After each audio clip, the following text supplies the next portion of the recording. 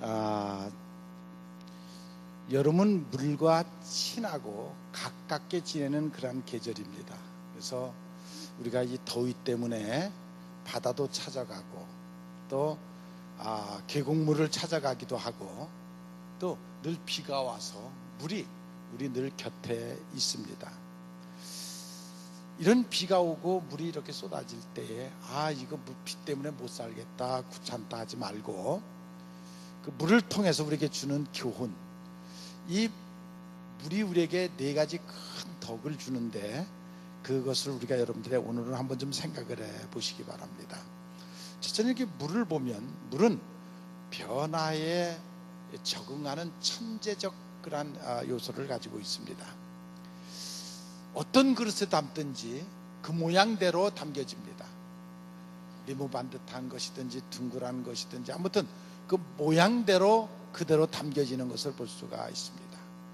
또 이 물은 이렇게 비로도 내려오고 때로는 눈으로도 내려오고 때로는 안개로 우리 앞에 나타나기도 하고 때로는 얼음으로도 어떤 때는 서리로 또는 구름으로 물인데 그 물이 자유자재로 우리 앞에 나타나는 그러한 모습, 그 적응하는데 변신하는데 아주 그 천재적인 그러한 재능을 가지고 있는 것을 볼 수가 있습니다. 이와 같이 우리도 이 물을 보면서 어떤 환경에도 잘 적응하고 움직이는 그러한 극치가 우리에게 있어야 된다는 것입니다. 산다는 것은 바로 움직이는 것인데 그렇게 여러 모양으로 우리가 그러한 변신을 할 수가 있어야 된다. 물은 두 번째로 모든 것을 이롭게 합니다. 우선은 더러운 것을 깨끗이 씻어냅니다. 우리가 더럽힌 이 지구를 이렇게 또 물이 와갖고 비가 깨끗이 씻어내는 것을 볼 수가 있습니다. 물은 생명의 원천입니다. 우리 몸의 70%가 물입니다. 그래서 물이 없이는 죽습니다. 모든 사람이 다 물 때문에. 그래서 이 물은 없어서는 아니 될 모든 사람에게 이롭게 하는 그 역할을 이 물이 합니다. 또 이 물은 다툼이 없습니다. 물이 흘러가다가 돌이 가로막으면 옆으로 피해서 갑니다. 때로는 땅속으로 스며들어서 가기도 합니다. 또 때로는 댐을 막으면 기다립니다. 넘쳐서 흐를 때까지 기다리는 것을 볼 수가 있습니다. 지혜로운 사람은 다투지를 않습니다. 물은 창으로 찔러도 칼로 펴도 물백이라는 말이 있죠. 그런 말이 있듯이 잘 다 견딥니다. 약한 것 같으지만 가장 강한 것이 물입니다. 아주 쓸모없는 것 같지만 가장 쓸모있는 것이 물입니다. 물이 없으면 살 수가 없습니다. 이 물은 가장 약한 것 같은데 춘에서 떨어지는 그 물이 주춧돌을 뚫기도 합니다. 새를 녹이기도 합니다. 물의 유연성, 그러면서 강함을 배우는 지혜가 우리에게 필요합니다. 또 이 물은 쉬지 않고 흘러갑니다. 망망대해에 갈 때까지 끊임없이 잠시도 쉬지 않고 밤낮을 가리지 않고 목적지를 향하여 끊임없이 갑니다. 언제나 낮은 곳을 향하여 흘러가는 것을 볼 수가 있습니다. 그래서 마지막 낮은 곳에 가서는 수증기로 변하여 하늘로 올라가는 그 물의 섭리를 볼 수가 있습니다. 겸손한 사람, 늘 낮은 자리를 찾는 사람에게 그 영광이 있습니다. 물은 겸손의 덕입니다. 물은 심오한 지혜를 우리에게 가르쳐주고 있습니다. 그래서 옛 시인은 물을 보고 내 마음을 깨끗이 씻으라는 시를 남긴 적도 있습니다. 비 온다고 원망하지 말고 맨날 왜 이렇게 우리를 귀찮게 하냐고 하지 말고 그 물 속에서 지혜를 배우는 여러분들이 되시기를 바랍니다. 변화의 능력, 또 깨끗하게 씻어주는 정화의 덕, 그리고 결코 누구와도 부딪히지 않냐고 싸우지 않는 그 유연성, 그리고 쉬지 않고 끝까지 내려가는 그 미덕, 쉬지 않고 흐르는 지혜, 그것을 우리가 물에게 배워야 된다는 것입니다. 이런 물을 사람들이 오염을 시키고 길을 가로막을 때 그것은 재앙으로 우리에게 다가올 수밖에 없습니다. 자연의 순리를 거슬리면 그것은 재앙이 될 수가 있습니다. 오늘 저는 은혜에 대한 말씀을 여러분들에게 드리려고 합니다. 우리가 은혜를 받으려면 이 물과 같이 우리가 성령을 받아야 되는데, 성령이 바로 이 물과 같이 생명수, 영생수에서 우리가 물로 상징할 때가 많이 있습니다. 지구가 지금 서서히 병들어가고 있습니다. 대기가 가장 무서운 것이 대기 오염인데, 오존층 그리고 미세먼지, 지금 심각하게 우리나라가 지금 이 대기 오염으로 지금 위험을 당하고 있습니다.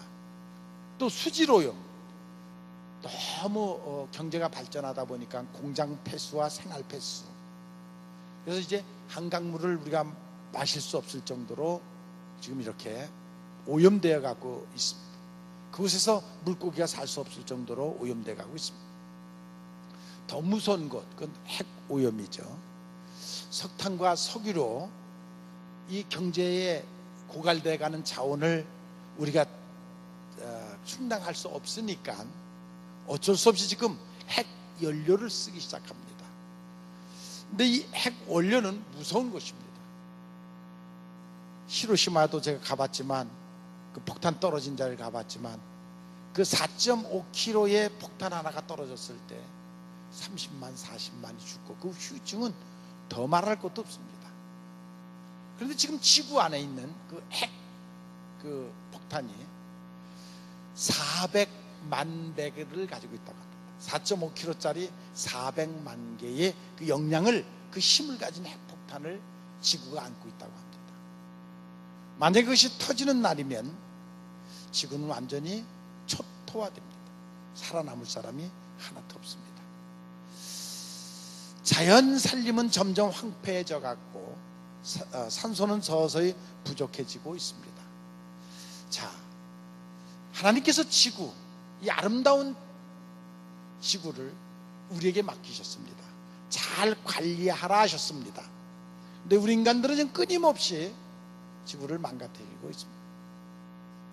며칠 전에 제가 제 농장 밭에를 갔다 왔는데 다 잊어먹고 있었는데, 제가 40년 전에 많은 잣나무 묘목들을 밭가상자리에 쫙 다 심어놓은 것이 있는지 없는지도 생각하지 않았다가 요번에 가보니까 거의 저희 몸통만하게 해갖고 쫙쫙 다 잘 자라고 있어요.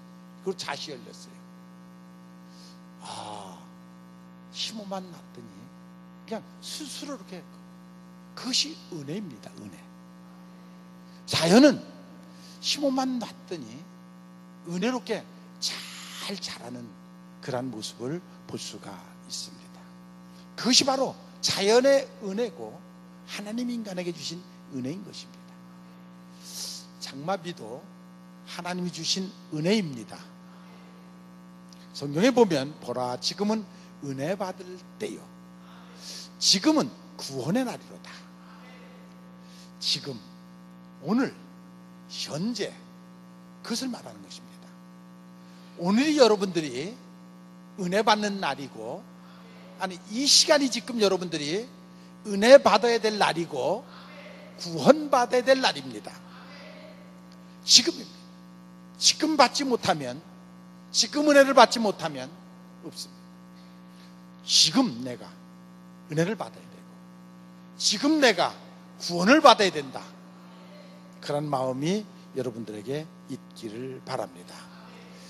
은혜를 받고 성령을 받아야 우리의 영혼이 삽니다. 그리고 미래가 있습니다. 그리고 어떤 환난도 이길 수가 있습니다. 그래서 지금 은혜를 받는 여러분들이 되시기를 바랍니다. 하나님의 날은 어제도 아니고 오늘입니다. 지금입니다. 내가 지금 과거에 예수님을 어떻게 믿었느냐가 중요한 것이 아니라, 내가 옛날에 얼마만큼 기도를 많이 했느냐가 중요한 것이 아니라, 내가 옛날에 얼마만큼 은혜를 받았는 것, 과거가 중요한 것이 아니라 지금, 현재, 지금 여러분들의 심령이 어떻습니까? 지금 은혜 받아야 된다는 것입니다. 우리가 부르는 찬송가 중에서 은혜가 풍성한 하나님은 한 사람 한 사람 어제나 오늘이나 언제든지 변찮고 보호하신다. 믿습니까?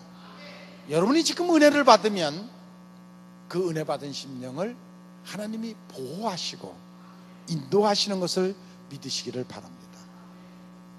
구약 역사를 쭉 보면 삼손이라는 사람이 나옵니다. 그는 특별한 은혜를 받은 사람이었습니다. 태어날 때부터 나시린으로 태어났고, 그는 철저하게 하나님의 말씀을 순종하고 살았던 사람. 그래서 하나님이 그 삼손에게 얼마나 큰 은혜를 줬는지, 그는 전쟁의 귀재였고 나귀뼈 하나를 가지고 블레셋 군대 3,000명을 혼자서 감당할 정도로 그런 능력을 받았던 사람이었습니다. 그런데 그가 드릴라에 빠져서, 미모에 빠져서 타락하고 나니까 결국 그는 모든 힘이 다 빠지고 머리가 깎이고 모든 힘이 다 빠지고 결국 블레셋의 종으로, 노예로 가서 지하실에서 연자맷돌을 돌리는 비참한 인생으로 전락을 하고, 마지막 왕국 무너뜨리면서 같이 그곳에 참사하는 삼손의 모습을 볼 수가 있습니다. 아나니아와 삽비라가 한때는 굉장히 은혜를 받은 사람이었습니다. 한순간에 타락해서 멸망하는 것을 볼 수가 있습니다. 가룟 유다도 은혜를 받아서 예수님의 12자 반열에 섰던 사람입니다. 그리고 또 재정을 맡길 정도로 예수님이 신임했던 사람이었어요. 네, 그가 한순간에 타락하다 보니까 그 말로가 얼마나 비참하게 죽었습니까? 과거에 어떤 은혜를 받았느냐 하는 것을 묻는 것이 아니라 지금 여러분들이 은혜 받고 있습니까? 여러분들의 심령 속에 지금 은혜가 있습니까? 여러분들이 지금 믿음의 생활을 하고 있습니까? 우리가 믿음을 씨앗으로 말한다 그러면 은혜는 공기와 햇빛과 물과 밑거름으로 말할 수가 있습니다.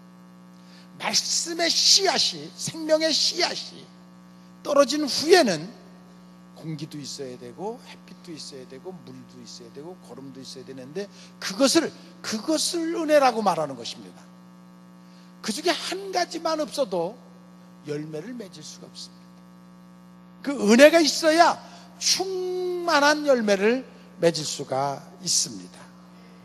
이것은 누구만 받는 것이 아니라 여러분 모두가 다 함께 받아야 될 그 사명입니다.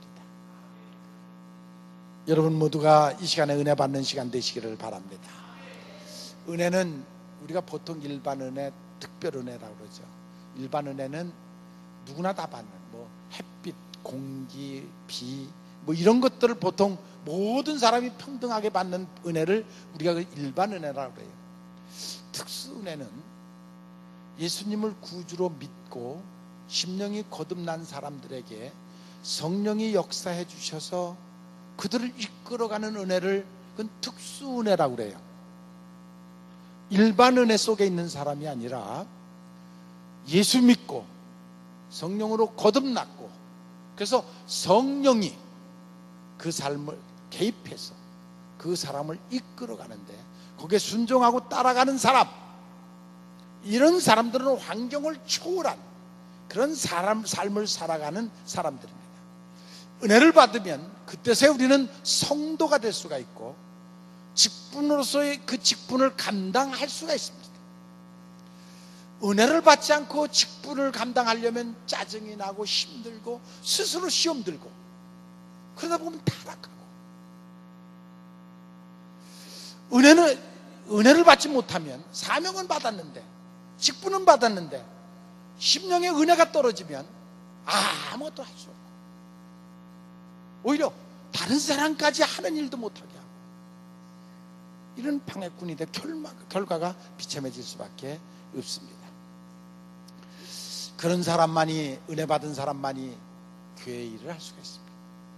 은혜 받기 전에는 할 수만 있으면 교회를 안 하려고 하고, 교회 일하는 것이 귀찮고 힘들고 그 시간 낭비하는 것 같고, 그것이 은혜를 안 받았을 때는 모든 것이 다 안 하려고만 하다가 은혜 받으면 내가 하겠나이다, 그리고 나서서 스스로 기쁨으로 감사함으로, 그것이 바로 은혜 받은 사람입니다.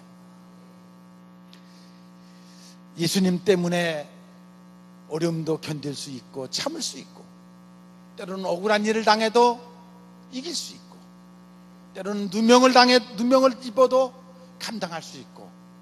왜? 주님이 아시니까. 그것이 바로 은혜 받은 사람의 삶인 것입니다.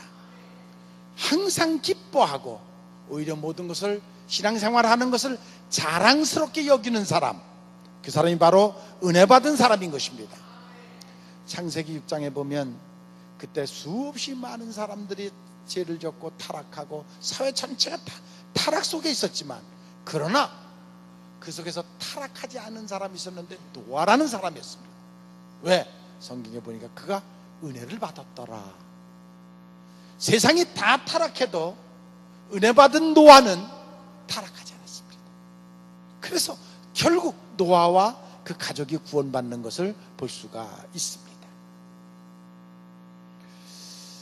요즘 많은 사람들이 은혜를 받으면 그 정말 하나님께로부터 온 은혜인 줄 알고 겸손하고, 받을수록 겸손하고 그래야 되는데 자기 자랑 속에 빠질 수가 있습니다. 히스기야 왕이 죽을 병에 걸렸습니다. 그때서야 아이고 이젠 죽었구나. 그리고 하나님 앞에 기도를 하면서 나 좀 살려달라. 그래서 하나님께서 그래, 그래서 15년의 생명을 연장해 주니까, 낳고 나니까 강나라 사신들이 막 선물을 갖고 오고, 이렇게 건강 찾아서 고맙습니다 하고, 그러니까 이것이 교만해져 가지고 자기 자랑 속에 빠집니다. 결국 그래서 재앙을 겪는 그 어리석은 모습을 볼 수가 있습니다. 은혜 받는 것도 중요합니다. 은혜를 관리하는 지혜는 더 중요합니다.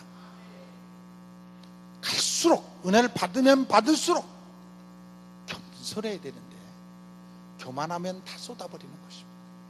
받은 것도 쏟아버리는 것입니다. 자기의 선을 과시하지 말고 하나님의 은혜로, 하나님의 축복하심으로 나아진 것이 하나님의 은혜라고 믿는 여러분들이 되시기를 바랍니다. 출애굽기 우리가 24장에 보면 모세가 십계명을 2번 받고 오죠. 첫 번째 가서 돌판 대던져서 깨뜨리고, 또 그 다음번에 또 가서 하나님 앞에 40일간 금식해서 십계명을 받아갖고 올 때에 그의 얼굴이 광채가 났다라고 성경은 말하고 있습니다. 그러나 그렇다고 해서 그 모세가 교만해진 것은 아니었습니다. 자기 과시한 것도 아니었습니다. 오히려 더욱더 겸손하게 하나님의 은혜를 드러내는 것을 볼 수가 있습니다. 사도 바울이 기독교 진리를 세운 사람입니다. 그는 정말 신비한 것을 체험한 사람, 워낙 못된 사람이었기 때문에 그 워낙 못된 사람을 바로 세우려니까 다메섹에서 예수님이 직접 손을 봐가고 고꾸라뜨리고, 그 후에도 그를 또한 하늘나라, 삼층천, 천국을, 영의 눈을 뜨게 해서 천국을 보게 하는 그러한 일들을 그에게 경험하게 했습니다. 그랬더니 그 교만했던 사울이 바울이 되면서 그는 나는 죄인 중에 괴수입니다. 나는 만삭되지 못한 사람입니다. 내가 나된 것은 오직 하나님의 은혜입니다. 그것이 바울의 모습입니다. 바울에 비하면 우리는 더 말할 것도 없죠. 그러므로 여러분, 우리가 은혜를 받고 또 낮아질수록 은혜가 고인다는 그 사실을 깨달으시기를 바랍니다. 사랑과 믿음은 동전 앞뒤와 같습니다. 사랑하면 믿게 되고 믿으면 사랑하게 됩니다. 사랑과 믿음은 동전의 앞뒤와 같은 것입니다. 또 다시 말해서 우리가 사랑하면 기쁨이 오고 기뻐지면 사랑하게 되는 것입니다. 기쁨이 없는 것은 은혜를 체험하지 못했기 때문인 것입니다. 그리스도인은 배우는 기쁨도 있고 여러분들이 스스로 성숙해져 가는 믿음도 있고 자녀를 양육하면서 희생하는 기쁨도 여러분들에게 있기를 바랍니다. 부활하신 예수님이 공포에 떨고 있는 12제자에게 나타났습니다. 그래서 첫 번째 한 말씀이 너에게 평강이 있을지어다, 평화가 있을지어다, 기쁨이 있을지어다 라는 말씀을 했습니다. 예수님 만나면, 예수님 믿으면 첫 번째 오는 것이 기쁨입니다. 과거의 죄와 허물에 빠져있던 내가 예수님 만나는 순간 용서라는 기쁨을 맛보게 됩니다. 그것이 우리에게 첫 번째 오는, 죄로 인해서 고통스러웠던 내가, 마음에 늘 평안이 없었던 내가, 늘 불안 속에 있었던 내가 예수님 만나면서 첫 번째 오는 것이 무엇이냐면 평안입니다. 평안. 어둠 속으로 헤매던 내가 빛을 발견한 것처럼 예수님 만나서 첫 번째 내게 오는 것이 평안입니다. 그 평안이 여러분들에게 있기를 바랍니다. 우리가 예수를 만나면 우선 예수님을 믿으면 말씀으로부터 위로를 받고 그리고 내게 새 힘이 생깁니다. 새 힘이 생길 뿐만 아니라 영원한 소망이 생깁니다. 여러분, 우리는 나그네 들입니다. 다 가고 있습니다. 지금 어디로? 죽으려고. 여러분들이 매일매일 죽으려고 가고 있어요. 지금 죽으러 가는 거예요. 다 사형수예요. 사형 언도를 다 받았어요. 글쎄, 집행 날짜가 어떤 사람은 내일인지도 몰라요. 어떤 사람은 한 달 남았는지도 몰라요. 어떤 사람은 10년, 물론 20년, 30년 남은 사람도 있을 거예요. 근데 분명한 것은 사형수예다. 언도를 다 받아놨어요. 그 길을 향해서 지금 가고 있는 것이에요. 아무도 그것을 제외된 사람이 없고 여러분과 내가 지금도 가고 있는 것이에요. 제가 요새 시를 쓰는 가운데 이런 시를 하나 썼어요. 젊음이 좋다지만 다시 그 길로 가라면 나는 못 가겠다. 떫은 과일보다는 익은 과일이 좋다네. 그런 시를 제가 시작을 했어요. 썼는데 여러분, 우리는 지금 죽음을 향해서 가고 있습니다. 죽고 난 다음에는 두 길밖에는 없어요. 지옥하고 천국. 중간지대는 없어요. 천국 못 가면 다 지옥 가는 거예요. 두 길밖에는 없습니다. 낭주에 원망하지 마시고 왜 그거 안 가르쳐줬느냐고 그건 헛소리 하지 말고 단단히 들으세요. 단단히 들으세요. 천국 못 가면 지옥 가요. 우리가 그 영원한, 이 땅은 잠깐 나그네예요. 그 다음 세계는 영원한 세계예요. 여행을 다니다가 여행하는 것 자체가 여러분 고생이에요. 고생. 그런데도 늘 호감이 있고 새로운 것을 보고 그 맛에 그 고생을 하면서도 여행을 다니는 거예요. 여행 가서 벌써 며칠만 지나면 집 생각이 나요. 그런데 여행을 다니는 사람은, 돌아올 집이 있는 사람은 행복한 사람이에요. 아무리 힘들고 어려워도 여행 끝난 후에 돌아갈 집이 있으면 행복한 사람이에요. 그러나 아무리 좋은 데 가서 맨날 돌아다녀도 돌아올 집이 없는 노숙자는 그것이 행복할 수가 없어요.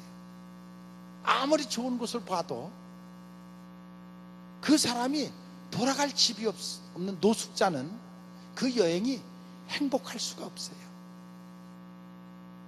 우리는 나그네 길을 가고 있어요. 그러나 우리에게 분명한 한 가지 꿈이 있는데 그것은 천국 가는 소망이에요. 그것이 우리를 기다리고 있어요.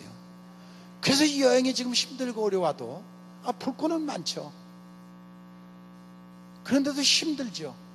그래도 우리가 그것을 참고 견디면서 가는 것은 천국이 있기 때문이에요.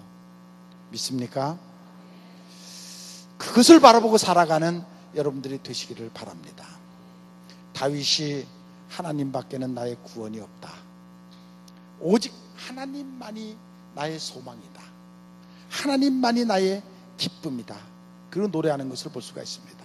시편 16편 2절에 보면 주밖에 나의 복이 없다 고백하는 것을 볼 수가 있습니다. 주 외에 다른 소망이 없다. 그것만이 나의 기쁨이고 행복이다. 여러분들도 좀 그런 고백을 할 수 있었으면 좋겠어요. 주님만이 나의 소망입니다. 주님만이 나의 행복입니다. 그런 고백을 할 수 있는 여러분들이 되시기를 바랍니다. 물론 세상 살아가는 맛도 있죠. 짭짤하게 이런저런 많은 재밌는 일들이 있죠. 사람 만나는 것서부터 일하는 것서부터 있지요. 그러나 그것이 우리에게 영원한 기쁨이 될 수 없고 영원한 소망이 될 수 없습니다. 하늘과 하늘에서 오는 기쁨과 절대로 비교할 수 없는 그 기쁨이 여러분들에게 있기를 바랍니다.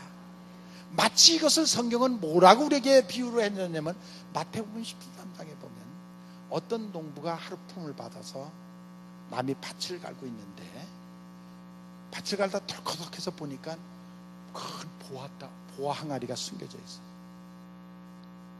그러니까 얼렁 흙으로 묻어놓고 주인에게 가갖고 밭을 나한테 팔라. 그러니까 주인이 곱에 돈을 달라고 그래요. 땅값을 곱으로 달라고 그래요. 그런데도 이 사람은 자기 재산들을 반값에 처분을 해요. 옆에 사람들이 볼 때는 저런 미친놈이 어디 있느냐. 아니 자기 땅은 반값에 팔고 그 쓸데없는 땅은 배로 사면서 왜 저 짓을 할까? 아무도 그 사람을 이해할 수가 없어요. 그러나 그 사람만이 갖고 있는 비밀이 있어요. 그 사람은 보화를 발견했어요. 우리가 예수 믿는 것이 바로 그와 같은 것이에요. 우리는 천국을 발견한 사람들이에요. 그것이 있기 때문에 이 세상 살아가면서 때로는 바보 소리도 듣고 미련하다는 소리도 듣고 왜 저 헛고생을 하느냐 소리도 들으면서도 그 모든 것을 들으면서도 왜? 내 속에 감춰진 보화가 있어요. 천국에 보화가 있어요. 그 소망이 있어요. 그래서 요동치 아니하고 그 길을 가는 것이에요. 비가 와도 눈이 와도 때로는 남편에게 핍박을 받고 아내에게 핍박을 받고 그러면서도 그 길을 가는 것은 내가 알고 있는 비밀이 있기 때문에 그 보화가 있기 때문이에요. 그것을 믿는 여러분들이 되시기를 바랍니다. 하나님 우리에게 수없이 많은 보화를 주셨죠. 땅속에도 주셨고 하늘에도 주셨고 또 물속에도 주셨고 우리가 수고만 하면 무엇이든지 잡아서 먹고 마실 수 있는 그런 모든 것들을 주셨고 물론 태양을 주셨고 공기를 주셨고 땅을 주셨고 이런 모든 것도 다 주셨지만 그보다 가장 중요한 것은 여러분들의 영혼을 구원해 주시는 것입니다. 다윗이 여호와는 나의 목자시니 내게 부족함이 없도다 그런 고백을 해요. 물론 다윗이 인생을 살아갈 때에 쉴만한 물가도 물론 만났지만 그는 음침한 골짜기도 걸어갈 때가 있고 이런저런 많은 위협을 받을 때도 있었지만, 그러나 그 위협 속에서도 그가 분명한 것은 여호와가 나의 목자라는 것 하나로 위로를 받는 다윗의 모습을 볼 수가 있습니다. 영혼을 구원해 주시는 그 여호와 하나님, 그 하나님이 나의 목자라는 것 하나만으로도 음침한 골짜기를 가고 때로는 매를 맞고 어려움을 겪고도 그는 그 모든 것을 견딜 수 있었다는 것입니다. 사람이 나면서부터 우리는 이미 사형 선고를 받고 가는 사람인 것을 우리는 깨달아야 됩니다. 그러므로 이제 오직 내 영혼을 믿고 의지하는, 하나님께 맡기고 살아가는 그런 여러분들이 되시기를 바랍니다. 태양은 어둠을 모릅니다. 왜? 태양이 뜨면 어둠이 다 숨어버리기 때문에 어둠을 모릅니다. 빛 대신 주님이 여러분들의 심령 속에 임하시면 여러분들이 어둠이 없는 환한 세상을 살 줄로 믿습니다. 기쁨이 불평과 불만이 물러가고 기쁨이 충만한 그런 삶을 살 줄로 믿습니다. 바울 사도가 나의 나 된 것은 하나님의 은혜다. 어떤 내가 선한 행위를 해서 내가 나 된 것이 아니라 내가 나 된 것은 오직 하나님의 은혜다. 여러분들도 다윗과 같은 고백을 할 수 있는 여러분들이 되시기를 바랍니다. 여러분들의 행위로 된 것이 아니다. 그 어떤 행위를 가지고도 우리가 하나님 앞에 의로움을 받을 수가 없다. 이것을 성경은 어떻게 우리에게 표현을 하고 있느냐면, 어떤 사람이 빚을 졌는데 1만 달란트의 빚을 졌어요.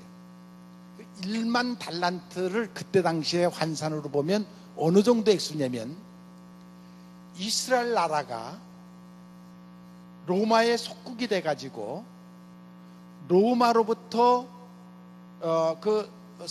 로마에게 세금을 바쳐야 되는데 1년에 그 이스라엘이 로마에 바쳤던 세금이 800달란트예요.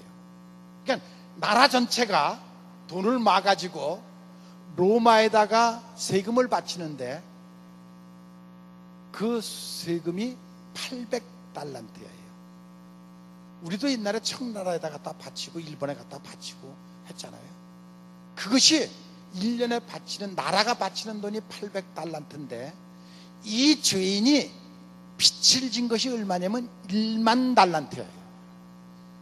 그러니까 그 액수가 여러분 어느 정도인 것을 상상할 수가 있죠. 그런데 그 임금이 그 1만 달란트의 빚을 탕감해 줬어요. 그런데 이 사람이, 탕감받은 사람이 나와가지고 자기한테 100데나리온, 이건 화폐의 가치가 전혀 다른 거예요. 100데나리온이면 지금으로 말하면 100일 품삯 정도 되는 거예요.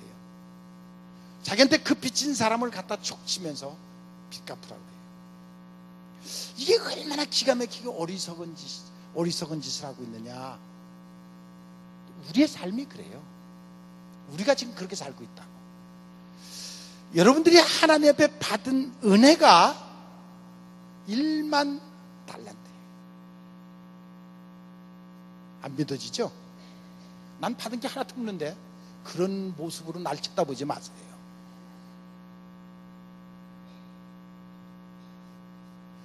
1만 달란트의 빚을 하나님이 탕감해 주셨어요.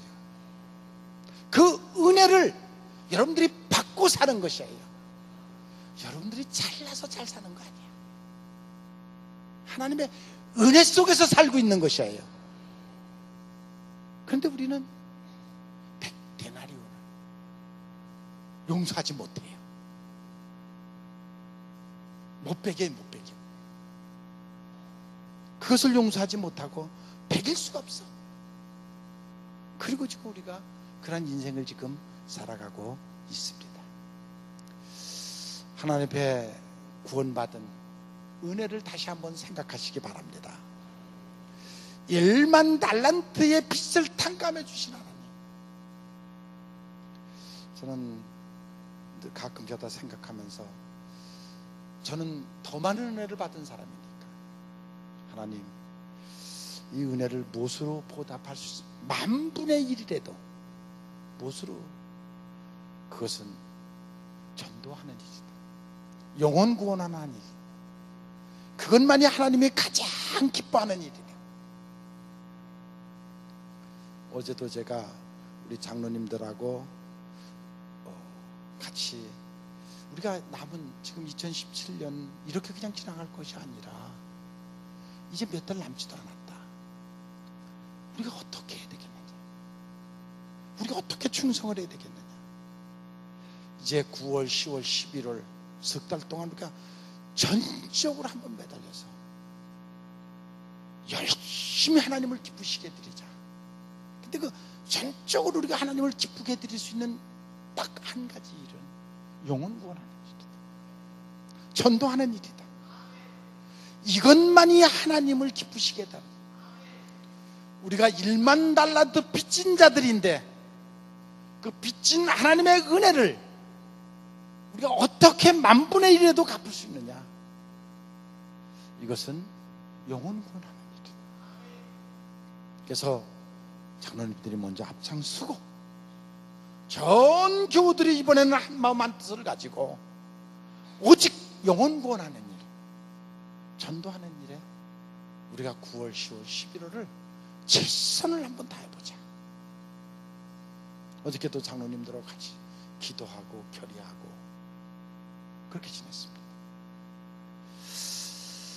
한 해를 보내면서 나그네 길 우리가 가고 있습니다. 하나님이 기뻐하시는 일이 무엇일까를 다시 생각하면서 영혼 구원하는 일에 여러분 모두가 동참하시기를 바랍니다. 은혜 받은 사람은 분명히 동참할 것입니다. 여러분 모두가 은혜 받고 일에 동참하는 여러분들이 되시기를 주님의 이름으로 축원을 합니다.